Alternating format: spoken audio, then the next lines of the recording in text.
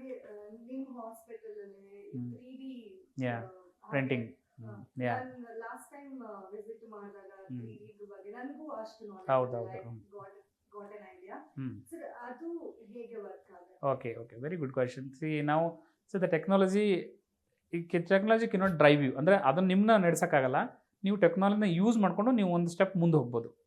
ಮುಂಚೆ ಹೆಂಗಿತ್ತು ಅಂದರೆ ನಮ್ಗೆ ಈಗ ಒಂದು ಹಿಪ್ಪಲ್ಲಿ ಒಂದು ರಿವಿಷನ್ ಸರ್ಜರಿ, ನಾನು ಈ ಜಾಯಿಂಟ್ ರಿಪ್ಲೇಸ್ಮೆಂಟ್ ಬಗ್ಗೆ ಮಾತಾಡ್ತೀನಿ, so that we can focused. ಅಲ್ಲಿ ಮಾಡಬೇಕಾದ್ರೆ ಒಂದು ರಿವಿಷನ್ ಸರ್ಜರಿ ಇದೆ, ಅಥವಾ ಫ್ರ್ಯಾಕ್ಚರ್ ಆಗಿಬಿಟ್ಟು ಅಷ್ಟಬಲ ಮೇಲೆ ಫ್ರ್ಯಾಕ್ಚರ್ ಆಗಿಬಿಟ್ಟು ಇಂಪ್ಲಾಂಟ್ ಇದೆ, ಅಥವಾ ಡಿಫೆಕ್ಟ್ ಇದೆ, ಅಂದರೆ ಅದು ಅಷ್ಟಬಲ ಹೀಗಿರಬೇಕು, ಓವಲ್ ಆಗಿರಬೇಕು, ಅದು ಹಿಂಗೆ ಸೊಟ್ಟ ಪುಟ್ಟ ಇದೆ. ಅವಾಗಿದ್ದಾಗ ನಾವು ಯಾವ ಥರ ಅದಕ್ಕೆ ಇಂಪ್ಲಾಂಟ್ ಹಾಕಬೇಕು, ಅದಕ್ಕೆ ಏನು ಮಾಡಬೇಕು, ಅಥವಾ ಎಲ್ಲನೂ ಇಂಟ್ರಾಪರೇಟಿವ್ನೇ ಮಾಡಬೇಕಾಗ್ತಿತ್ತು. ಅಂದರೆ ಓಪನ್ ಮಾಡಿ ನೋಡಬೇಕು. ಎಷ್ಟೊಂದಲ್ಲ ಅನಾಟಮಿ ಗೊತ್ತಾಗಲ್ಲ, ಯಾಕಂದರೆ 3 ಡೈಮೆನ್ಷನ್, ನಮ್ಮ ಕಣ್ಣಿರೋದು 2 ಡೈಮೆನ್ಷನ್ಲು, ನಮ್ಮ ಅನಾಟಮಿ ಇರೋದು 3 ಡೈಮೆನ್ಷನ್ಲು, ಗೊತ್ತಾಗ್ತಿರಲ್ಲ. ಇವಾಗ ಅದನ್ನು ಸಿಂಪಲ್ ಒಂದು 5-6 ಸಾವಿರದಲ್ಲಿ ನಾವು ಒಂದು 3D ಮಾಡೆಲೇ ಪ್ರಿಂಟ್ ಮಾಡ್ಬೋದು. ಮಾಡಿದಾಗ ನಮ್ಮ ಕಣ್ಣು ಮುಂದೆ ಕಾಣುತ್ತೆ, ಹಿಂಗಿದೆ ನಿಮ್ಮ ಅಷ್ಟಬಲಮು, ಈ ಥರ ಇಂಪ್ಲಾಂಟ್ ಹಾಕಿದ್ರೆ ಹೀಗೆ ಕೂರುತ್ತೆ, ಇದ್ರ ಮೇಲೆ ಅಗುಮೆಂಟ್ ಹಾಕಬೇಕು, ಇದನ್ನು ಈ ಆ್ಯಂಗಲಲ್ಲಿ ಇಡಬೇಕು ಅಂತ ನಾವು ರಿಹರ್ಸ್ ಮಾಡ್ಬೋದು ಆಪ್ರೇಷನ್ಗಿಂತ ಮುಂಚೆ. ಸೊ ದಟ್ ಪೇಷಂಟ್ ಮೇಲೆ ಎಕ್ಸ್ಪೆರಿಮೆಂಟ್ ಮಾಡೋದಕ್ಕಿಂತ we can experiment on the model and learn more, understand more ಪೆಥಾಲಜಿನ.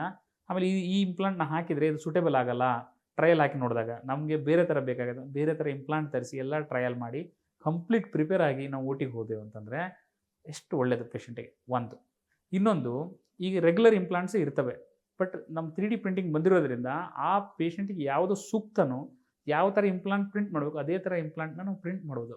ಆ ಆಸ್ಪದನು 3D ಪ್ರಿಂಟಿಂಗಲ್ಲಿದೆ. ಅದನ್ನು ಅವಾಗ ಏನು ಮಾಡೋದು, ಡಿಸೆಕ್ಟ್ ಮಾಡಿಬಿಟ್ಟು ಆ ಇಂಪ್ಲಾಂಟ್ ಅಲ್ಲಿ ಇಕ್ಬಿಟ್ಟು ಫಿಕ್ಸ್ ಮಾಡಿಬಿಟ್ರೆ ಮುಗಿದು ಹೋಯ್ತು.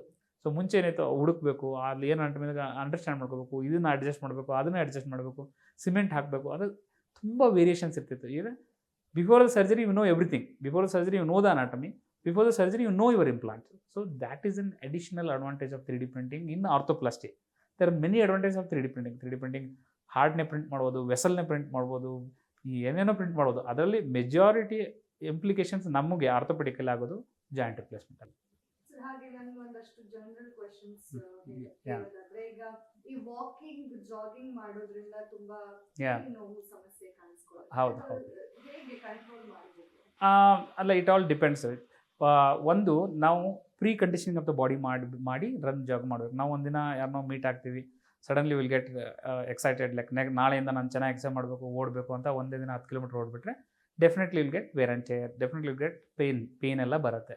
ನಾವು ಬಾಡಿನ ಪ್ರೀ ಕಂಡೀಷನಿಂಗ್ ಮಾಡಬೇಕು. ಅದಕ್ಕೆ ನಾವು we have to meet good sports physiotherapist. They will precondition your body. ಅಂದರೆ ನಮ್ಮ ಹಿಪ್ ಅಬ್ಡಕ್ಟರ್ ಮಸಲ್ಸು, ನಮ್ಮ ನೀ ಮಸಲ್ಸು, ನಮ್ಮ ಆ್ಯಕ್ಟಿವ್ ಮೂಮೆಂಟ್ಸು, ಮತ್ತು ನಮ್ಮ ಆ್ಯಂಕಲ್ ಮೂಮೆಂಟ್ ಸರಿಯಾಗಿದ್ದಾವಿಲ್ಲೋ, ನಾವು ಹಾಕೊಳ್ಳೋ ಶೂಗಳು ಸರಿಯಾಗಿದ್ದಾವಿಲ್ಲೋ, ಅದನ್ನೆಲ್ಲ ಚೆಕ್ ಮಾಡಿ ಎಕ್ಸಸೈಸ್ ಎಲ್ಲ ಮಾಡಿಸ್ತಾರೆ.